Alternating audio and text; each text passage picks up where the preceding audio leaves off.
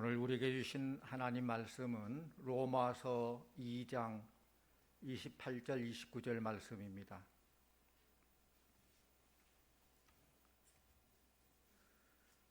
무릇 표면적 유대인이 유대인이 아니요 표면적 육신의 할례가 할례가 아니니라. 오직 이면적 유대인이 유대인이며 할례는 마음에 할지니 영에 있고 율법 조문에 있지 아니한 것이라. 그 칭찬이 사람에게서가 아니요 다만 하나님에게서니라. 아멘. 이 시간 김미숙 집사님, 박경자 박순학 원사님 나오셔서 찬양으로 하나님께 영광 돌리겠습니다.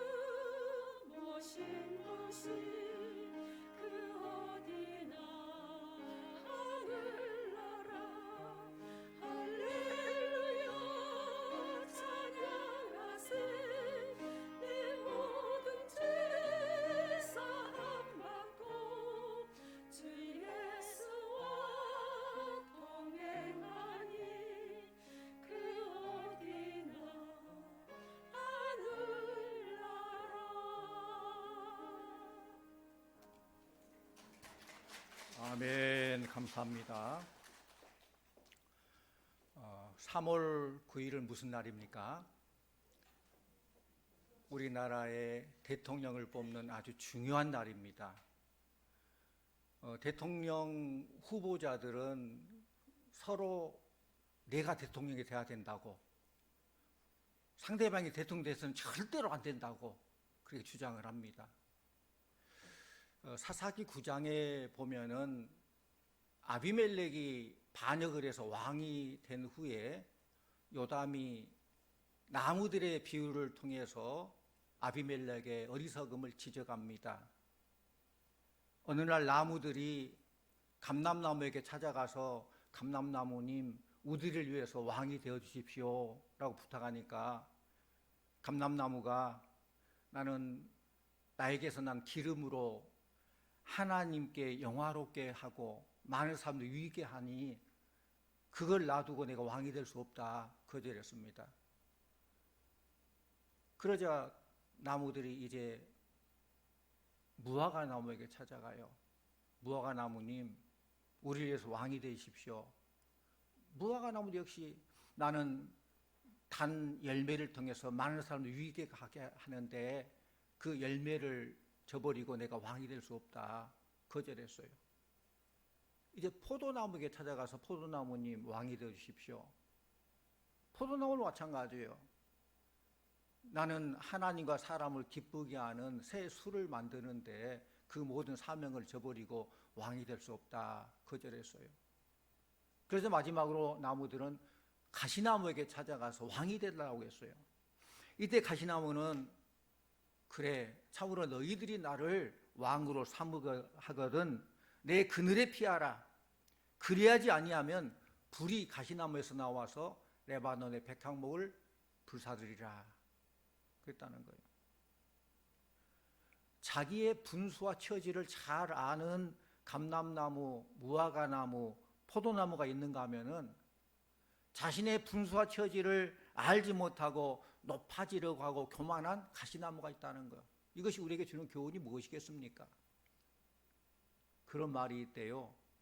국어를 배웠으면 주제 파악을 하고 산수를 배웠으면 분수를 알아라. 자기 주제 파악을 할 줄 알아야 돼요. 유대인들은 남을 가르치기는 잘 가르치는데 정작 자기 자신을 돌아보지를 못했어요. 남을 가르치는 것과 자신의 행동이 일치되지 않는 삶을 살아가면서 나는 유대인이다. 유대인만을 주장하고 자랑스럽게 생각하고 교만했다는 것입니다. 이들은 가르침과 행동이 일치하지 않았습니다. 자신들이 어떻게 살아야 한다는 것을 알면서도 실제로 그렇게 살지를 못했습니다. 우리도 어떻게 살아야 한다는 것을 알지만은 그렇게 살지 못할 때가 참 많이 있죠. 아는 것과 실천하는 것이 조화를 이루지 못할 때 거기 우리는 딜레마에 빠지게 되는 거예요. 이 지구상에는 수많은 민족이 있지만은 유대인들은 하나님이 자신들을 먼저 불러오셨다는 선민의식에 사로잡혀서 그런 대단한 자부심을 가졌어요. 그들의 생각은 하나님께서 우리를 택하신 것은 우리가 뭔가 잘났기 때문에 택했지, 우리가 뭔가 훌륭하기 때문에 택했지, 그런 생각들이 알게 모르게 있다는 거예요. 하나님은 그들을 부르셨을 뿐만 아니라 기적적인 방법으로 그들을 구원해 주셨습니다. 그러니까 그들은 홍해가 갈라지는 것도 경험했고 여리고성이 무너진 것도 경험을 했고 지구상에서 하나님의 능력을 가장 많이 체험한 민족이 바로 유대인들입니다. 그러므로 유대인들은 하나님께서 특별하게 자신을 사랑한다는 그런 긍지와 자부심이 대단한 사람들이었습니다. 이렇게 하나님의 부름을 받고 하나님의 택함을 받았다면은 그 긍지와 자부심을 가지고 하나님께서 자기를 택한 이유가 뭔가, 주신 사명을 잘 감당하면 참 좋겠는데 그들은 선민의식에 사로잡혀서 유대인이라는 것 때문에 자기의 그 잘남만 자랑하지 해야 될 의무를 다하지 못했다는 것입니다. 납비의 글에 보면 이런 내용이 있습니다. 왜 하나님께서 이 땅에 이방인들을 존재하게 하셨는가? 그것은 지옥의 땔감을 위해서 준비하셨다. 이 정도로 생각하는 유대인들이에요. 과연 유대인들이 얼마나 어떤 자부심을 가졌기에 그런 말을 할까요? 무엇보다 먼저 그들은 하나님이 자기들에게 율법을 주셨다는 그런 자부심을 가지고 있어요. 율법, 토라라고 하는데 이 율법은 유대인들의 정체성을 말해주는 아주 중요한 것입니다. 그래서 유대인들은 어렸을 때부터 율법, 토라 교육을 잘 받았어요. 13살이 되면 성인식을 하는데 이미 12살 때까지 이 율법, 그러니까 모세오경, 창세기, 출애굽기, 레위기, 민수기, 신명기를 거기다 달달달 외워요. 13살 이전에, 성인식 하기 전에. 대단하죠. 우리 성경 몇 구절도 못 외우는데 모세오경을 다 외워요. 실제 오늘날 유대인들이 세계 석학들을 많이 배출할 수 있는 이유를 보면은 그렇게 어렸을 때부터 율법을 배우고 익히고 그 지혜를 얻었기 때문에 그렇다. 실제 노벨상을 받은 사람들의 통계를 보면은 32%가 유대인들이라고 그래요. 세계적인 정치인, 경제인, 과학자, 문학인들, 유태인들임을 부인할 수 없는 현실이에요. 어렸을 때부터서 철저히 율법을 교육받았기 때문에 그런 의미에서 율법은 유대인들에게 정신적인 지주였다는 것입니다. 이렇게 철저히 율법 교육받았기 때문에 자기들은 대단한 사람들이고 율법을 알지 못한 이방인들은 아주 무식쟁이들이다, 그렇게 생각하고 있어요. 사실 우리가 무조건 유대인들을 비난할 것이 아니라 인정할 것 인정해야 돼요. 유대인들의 자부심을 가지고 그렇게 자랑스럽게 여기고 있는 그건 인정할 만해요. 그럼에도 뭐가 문제입니까? 그들의 정체성. 이것을 우리 성도들에게 적용시켜 봅니다. 우리 세상 사람들이 우리 기독교인 하면은 어떤 생각을 가지고 보게 될까요? 우리 기독교인 할 때 어떤 안경을 끼고 보게 될까요? 오늘을 살아가는 세상 사람들에게 어떤 모습으로 우리 그리스도인들이 비춰질까요? 유대인들에게는 율법이 저들의 자랑거리요 생명인 것처럼 오늘 우리 성도들에게도 하나님의 말씀은 우리의 자랑거리요 생명입니다. 과연 우리 성도들이 가지고 있는 자부심이 무엇입니까? 정말 내가 하나님의 자녀가 되었고 천국 백성이 되었고 말씀대로 살게 된다는 것에 대한 대단한 자부심을 가지고 있습니까? 하나님의 자녀로서의 자존감이 있습니까? 목사인 나 한 사람 때문에 목사 전체가 욕먹지 않도록 해야 되고, 성도인 나 한 사람 때문에 성도 전체가 욕먹지 않도록 노력하며 신앙의 자존심을 지키며 살아야 된다는 것입니다. 그런데 우리들은 별것 아닌 것 가지고 싸우고 쓸데없는 자존심 내세우고 고집을 부릴 때가 참 많이 있습니다. 우리 말씀 봅니다. 마태복음 7장 6절 말씀 같이 보랍니다. 시작. 거룩한 것을 개에게 주지 말며 너희 진주를 돼지 앞에 던지지 말라. 그들이 그것을 발로 밟고 돌이켜 너희를 찢어 상할까 염려하라. 무슨 말씀입니까? 무엇이 귀중하고 가치 있는 것임을 구분할 수 있어야 된다는 거예요.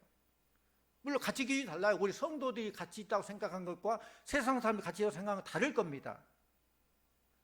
가치를 모르는 자들로 인해서 우리가 가지고 있는 정말 귀중한 진리들이 업신여기지 않도록 해야 한다는 거예요. 더 구체적으로 말하면은 시시하게 먹고 사는 것 때문에 성도들의 자존심과 신앙인의 지조가 땅에 내팽겨지거나 세상 사람들에게 손가락당한 일을 하지 말라는 것입니다. 어떠한 고난이나 핍박을 감수하더라도 신앙인의 바른 자세를 흐트리지 말라는 것입니다. 다니엘을 보면 참 훌륭하잖아요. 다니엘 1장 8절 말씀 보면은 다니엘이 뜻을 정하여 왕의 진미와 그 마시는 포도주로 자기를 더럽히지 아니하리라, 이런 결단을 가지고 살아왔어요. 우리에게도 그런 결단이 필요해요. 두 번째로는 말씀의 권위를 회복하는 성도들이 되어야 됩니다. 유대인들이 사도 바울을 통해서 신랄하게 비판받고 있는 이유는 그들이 특권의식은 가지고 있으면서 책임의식을 다하지 못했다는 거예요. 권리가 있으면 의무가 있고 의무가 있으면 권리가 있어요. 이건 동전의 양면과 같아요. 권리라는 말 자체가 의무라는 말이 내포되어 있어요. 사람들은 자기 권리만 주장하고 해야 될 의무를 하지 않는 경우가 참 많습니다. 유대인들은 율법을 받았고 그 받은 율법을 자랑했고 위이신 하나님을 자랑했지만은 실제로 그에 따른 행동, 삶의 변화가 없었다는 거예요. 우리 야고보서 2장 26절 말씀 함께 보고나 합니다. 밑에 보고 다시 봅니다. 영혼 없는 몸이 죽은 것 같이 행함이 없는 믿음은 죽은 것이니라. 유대인들은 특권만 내세웠지 행함이 없는 외식한 자들이었어요. 로마서는 물론 믿음으로 의롭다 된다, 믿음으로 구원받는다, 이 신득의를 말했어요.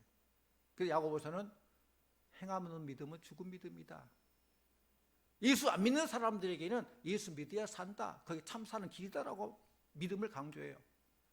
믿음의 성도들에게는 믿음이 진짜 믿음이라면 행함으로 연결돼야 되지 않겠느냐, 행함을 강조하는 거예요. 그 배경이 달라요.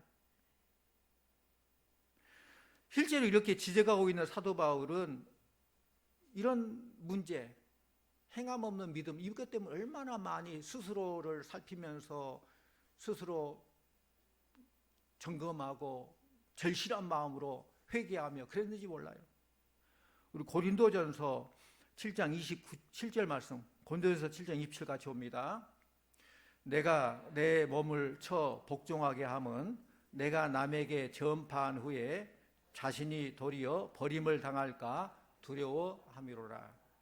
여기서 보면은 버림을 당할까 두려워함이로다 그랬어요. 이 말을 영어 성경 NIV 번역본에 보면은 부적격한 자로 간주할까 두려워함이로다.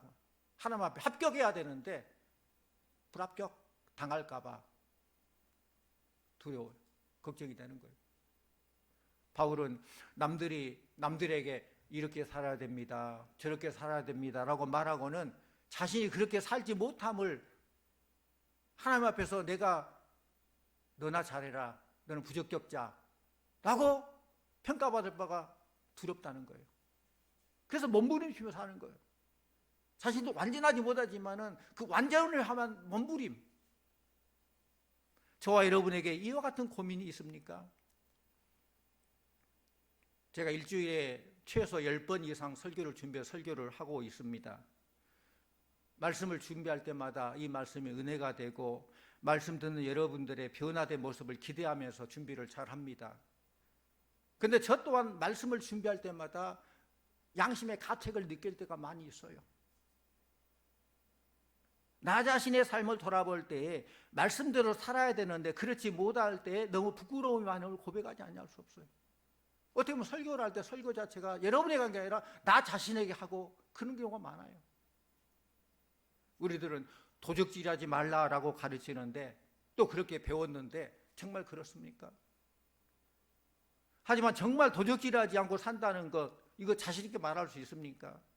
우리는 단지 남의 집에 들어가서 남의 것을 가지고 나오고 그런 절도, 그것만 도적질로 하는데 성경에서 그렇게 생각하지 않아요. 마땅히 주의를 구별해서 주일 성수를 잘 해야 되는데 주일 성수를 잘 못했을 때 그것은 시간에 대한 도적질이에요. 마땅히 하나님 주신 물건, 하나님 뜻에 마땅하게 잘 사용하고 청지기 사용을 잘 감당했는데 내 뜻대로 내 마음대로 써버리면 그것은 물질에 대한 도적질이에요.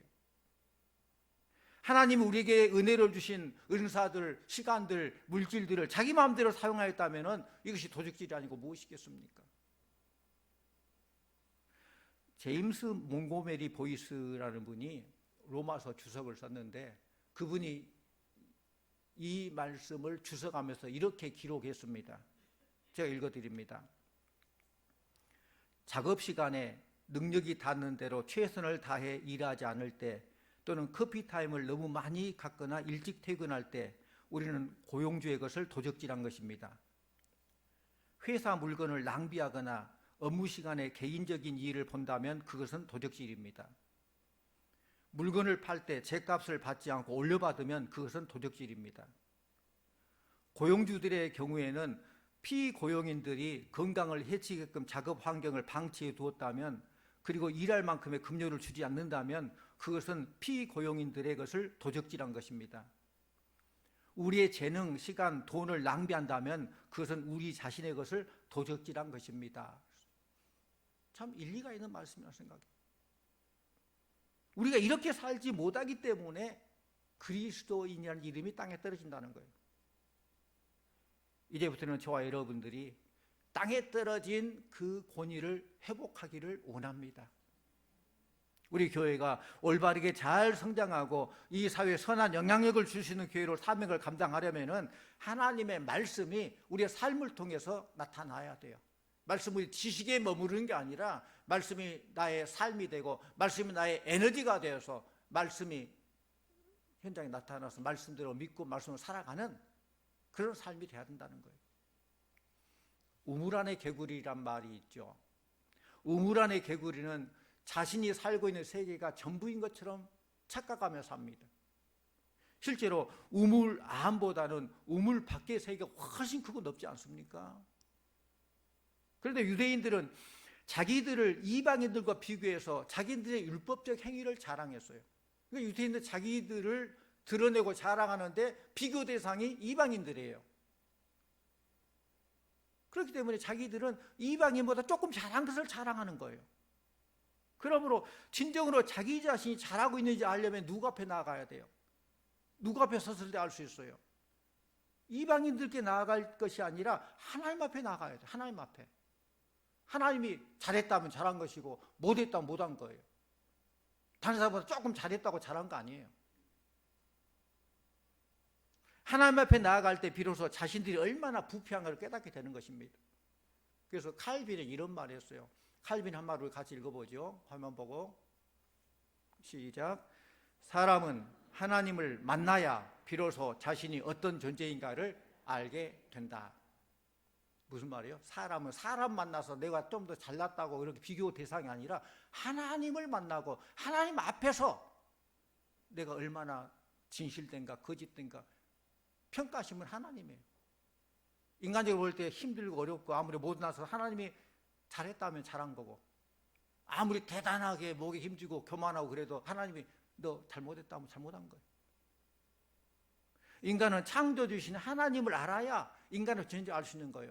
나를 알려고 나를 아무리 현미경 돋보기로 본다 할지라도 알 수 없어요. 하나님 앞에서 나를 볼 때 진정한 나를 발견할 수 있는 것입니다. 어떤 학생이 영어를 아주 유창하게 잘해요. 그 반 학생들이 다 부러워해요. 야, 너 대단하다. 어떻게 이렇게 영어를 잘해? 발음도 좋고 뭐 대단하다. 선생님도 그를 인정을 해요. 그런데 그 반 안에서는 아무 문제가 없어요. 제일 잘해요. 선생님도 칭찬할 정도로. 근데 문제는 언제 생기느냐? 한 외국에서 한 10년 이상 살다가 온 학생이 그 반으로 전학으로 왔어요. 영어를 참 잘해요. 그 학생 앞에서 자기가 그동안 잘못 발음하고 그런 게 다 드러나게 되는 거예요. 그때 알게 되는 거예요. 자기 실력이 형편없다는 걸 실감하게 되는 거예요. 유대인들은 율법을 자랑했지만은 정작 율법을 주신 하나님을 만나지 않으므로 정작 하나님 앞에 서 있는 자신들을 발견하지 못했다는 거예요. 우리가 그걸 잘 알아야 돼요. 내가 어떤 걸 누리고 있다면은 그 누린 것 그것에 연연해서 그것만 바라보지 말고 그걸 주신 하나님을 바라봐야 돼요. 자녀들이 그렇잖아요. 선물 받고 선물만 바라보고 막 좋다 그래. 선물 주신 그분의 마음을 읽을 줄 알아야 돼요. 유대인들은 율법을 자랑하지만은 그 율법이 자기 자신의 삶과는 동떨어진 그런 삶을 살았어요. 이방인들과 조금 나온 수준의 도덕, 그 행동을 가지고 자랑합니다. 그래서 바울이 볼 때에는 유태인이나 이방이나 도진개진 다 거기서 거기에요. 하나님 앞에 다 죄인이라는 거예요.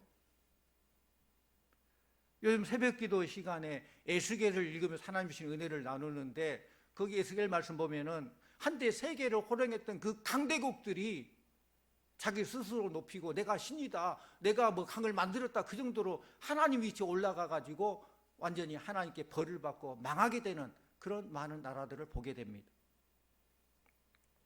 여러분이 신앙생활하면서 다른 사람과 비교해서 내가 조금 열심히 낸다고 자랑하지 마시기를 바랍니다. 다른 사람과 비교해서 내가 헌금 조금 더 많이 한다고 자랑하지 마시기 바랍니다. 내가 조금 더 많이 기도한다고 자랑하지 마시기 바랍니다. 우리가 진정으로 써야 할 것은 하나님 앞에요. 하나님 인정해 주셔야 돼요. 이런 이야기였어요. 아버지와 아들의 대화인데 아들이 하도 공부를 안 하고 놀기만 하니까 아버지가 이런 말을 합니다. 이 녀석아 공부 좀 해라. 아브라함 링컨은 네 나이 때 독학으로 변호사가 되었다더라. 이 말을 들은 아들이 아주 기가 막힌 대답을 해요. 아버지, 아브라함 링컨은 아버지 나이에 대통령이 됐대요. 이게 웃을 일만은 아닌 것 같아요. 이제는 말로만 가지고 권위를 내세울 때가 지났어요. 알고 있는 지식만을 가지고 권위를 내세울 때가 아니에요. 아무리 하나님이 살아계신다라고 말만 하면 무슨 소용이 있어요? 그것답게 살아야죠.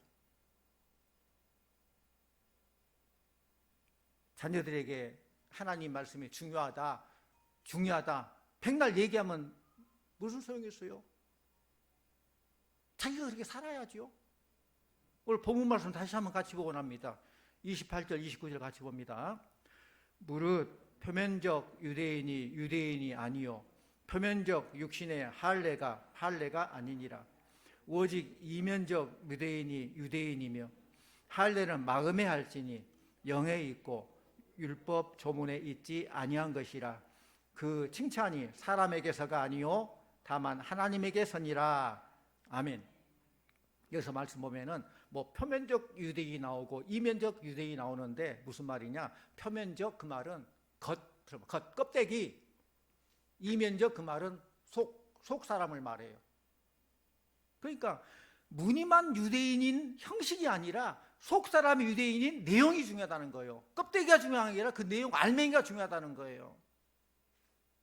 외형적인 할례, 즉 오늘날의 세례나 직분이 중요한 것이 아니라 마음의 할례를 받고 그 말씀에 순종하는 자가 되어야 하나님의 역사가 일어나게 된다는 것입니다. 많은 사람들이 예수 믿는 사람들을 보면서 예수님을 평가하려고 해요. 불신자들은 성경 보고 예수 믿는 거 아니죠. 우리 그리스도인을 보고 예수를 믿어요. 아, 예수님 어떤 분인가 보구나. 그렇게 생각을 해요. 그렇기 때문에 그리스도인들은 제2의 바이블, 걸어다니는 바이블이에요. 우리 그리스도인 성경이라는 거예요. 성경이 그랬잖아요. 너희는 내 편지라.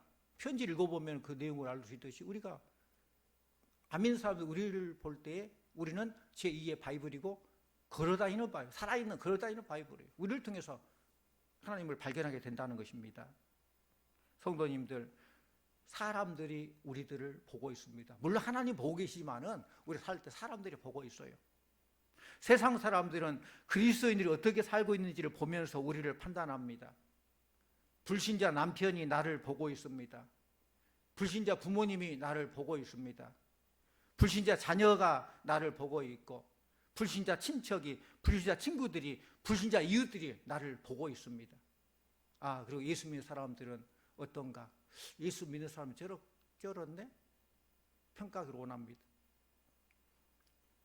우리 교회가 올해 창립 91주년이죠. 90일 되었잖아요.